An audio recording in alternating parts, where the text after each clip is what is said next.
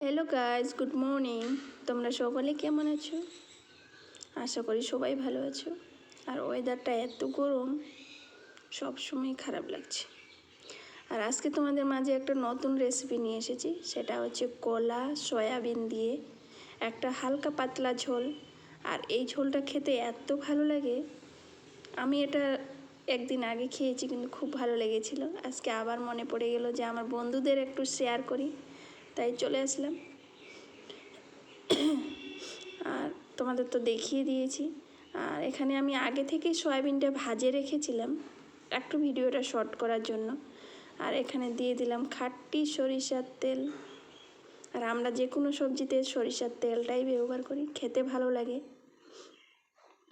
আর আমার তেলটা এখন গরম হয়ে গেলে এর মধ্যে আমি জাস্ট রসুন, আদা, জিরে আর পাঁচফোড়নের পেস্ট, সেটা আমি ভালো করে মিক্সচারে গ্রাইন্ড করে নিয়েছি।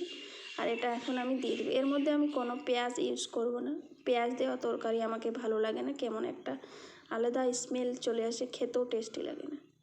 আর এই পেস্টগুলো একটু হালকা করে আমি ফ্রাই করে নেব। এখানে দিয়ে দেবো লবণ আর হলুদ। যেহেতু ঝাল লঙ্কা সব দেওয়া আছে, তাই দিব না। আর এটা ওখানে একটু হালকা করে ফ্রাই করে নেব, তাহলে পেস্টে যে একটা কাঁচা কাঁচা ভাব থাকে ওটা চলে যাবে। আর একটা আলু দিয়েছি আর 3টে এখানে কলা আছে। আপনারা আলু না দিলেও পারেন, তবে একটু কলার পরিমাণটা কম, তাই আমি আলু দিয়ে দিলাম একটা। আর এই ঝোলটা খেতে খুবই ভালো লাগে। প্লিজ বাড়িতে একবার বানিয়ে দেখবেন, খুব টেস্টি লাগে। আর তোমরা কে কোথা থেকে দেখছো ভিডিওটা, প্লিজ লাইক করো, কমেন্ট করো আর সাবস্ক্রাইব করতে ভুলো না। যদি ভালো লাগে তাও করবে, না ভালো লাগলে তাও করবে। আর এটা এখন আমি ভালো করে ফ্রাই করে নিচ্ছি। আপনারা যে কোনো সবজি বা মটন, চিকেন, মিট যত ফ্রাই করবেন, মানে কষবেন, তত আপনাদের টেস্টটা দ্বিগুণ হবে। আর আমার ফ্রাই হয়ে গেছে। এখন এর মধ্যে আমি অল্প একটু জল দিয়ে সেটা বয়েল করে নেব, নিয়ে আবার আমি ফ্রাই করব। তোমরা কোন জেলা থেকে দেখছো, প্লিজ কোন দেশ থেকে দেখছো সেটা আমাকে কমেন্টে বলবেন। আর আমার পরিমাণ মতো জল দিয়ে দিচ্ছি, একটু ভালোভাবে সিদ্ধ, কারণ আলুটা একটু দেরি লাগবে সিদ্ধ হতে। আর কলা যেহেতু তাড়াতাড়ি সিদ্ধ হয়ে যায়, তাই কোনো সমস্যা থাকবে না। আর দেখুন আমার সুন্দরভাবে সব সিদ্ধ হয়ে গেছে, কলা আর আলু। আর আপনারা কে কতটুকু ঝোল খাবেন সেই হিসাবে দিয়ে দিবেন। আর আমি এর মধ্যে সয়াবিনগুলো অ্যাড করে দিলাম। সত্যি বন্ধুগুলো খেতে খুব ভালো লাগে। আপনারা তো সয়াবিন ভাজা খান কি ঝোল খান, কিন্তু এইভাবে একবার সয়াবিন দিয়ে রান্না করে খাবেন, খেতে অসম্ভব টেস্টি লাগে।